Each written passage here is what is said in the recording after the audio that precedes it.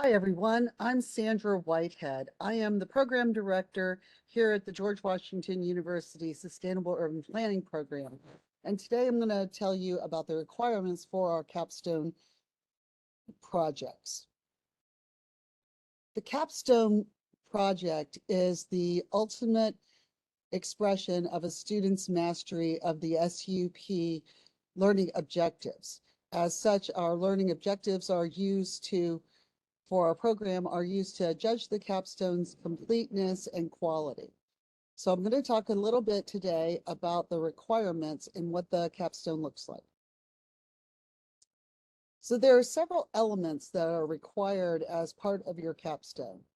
The abstract, which usually students write last, the dedication and acknowledgments, the positionality statement that describes your point of view and how it influenced your decision to research the particular topic that you've researched or to choose the project you've chosen. The background, which defines your research question and why it's important. Your literature and practice review, which defines what's happened so far in the practice and in the literature and how it ties to theory and practice. And then the methodology section that tells how you've explored your research questions, what you did, and your conclusions and recommendations for practice. So what did you find and what does it mean? I'm going to walk through each of these sections. The final products that are due, and I'll go over this again at the end, but our final work products are the capstone report, the self-assessment where the student fills out the capstone scorecard, the mentor assessment, and the second reader, which are your mentor's assessments of your capstone. And then the showcase visual abstract and PowerPoint. The visual abstract is a poster presentation that you'll share with our community before you give your PowerPoint presentation at the showcase. And then this year, the new requirement is to either write a 1,500-word blog that you can post to your social media about your capstone or to record an interview about your capstone for the podcast. If you choose the podcast option, you will need to carry it from beginning to end. So there are some formatting elements that are required and that we provide guidance on through both our partnership with library services and resources that the program provides. So just making sure that you have properly cited your sources and that you have included any appendices.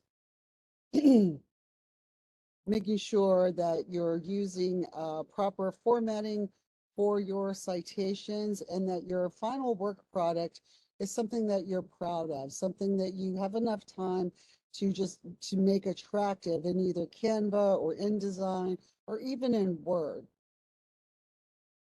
So a little bit more about the required elements and what the report should contain. So it's just the list again to remind you. The abstract. The abstract is a short summary of your presentation, of your paper. It's usually about a paragraph or about 250 words, which gives your readers the gist or the essence of your paper or article fairly quickly so that they can decide whether they want to read the full paper. You've probably run into abstracts whenever you're doing your research, right? How do you decide whether you want to read the whole thing? It also prepares the reader to follow the detailed information analyses in your arguments, and it helps the reader remember key points from your paper once they've read it.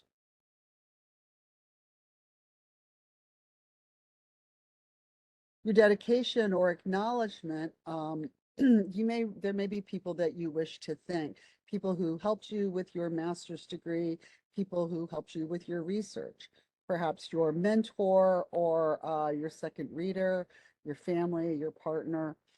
Even had one student one time thank their dog. Your positionality statement. This is really a short paragraph highlighting key themes that you considered integrating your understanding of your privilege, your intersectionality, your identity, and how that worldview is shaped your position in relationship to the work, to your capstone project. Your background section. Your background section of your paper is the why. It's why did you choose this? Why is it important? Why do you think this project will be useful to the planning profession? Because remember, ultimately, we are an applied program and almost all of our capstones are applied projects. So it also should tell the what of your project. What is the goal? What are the research questions? And what is the audience? Who is this aimed at? Or is it planning practitioners in general? Is it climate planners? Is it regional planners? Is it the particular sections? So think about who your audience is. Your literature review is the piece of your work that ties it to planning practice and theory. So the literature review should cover the scholarship that's important to your issue, as well as the gray literature and current practice. And it should contain the key sources from which you form your research methodology. So if you are looking at doing case studies, the literature review and practice review should ground those case studies in the literature and in planning practice. So what is going on now?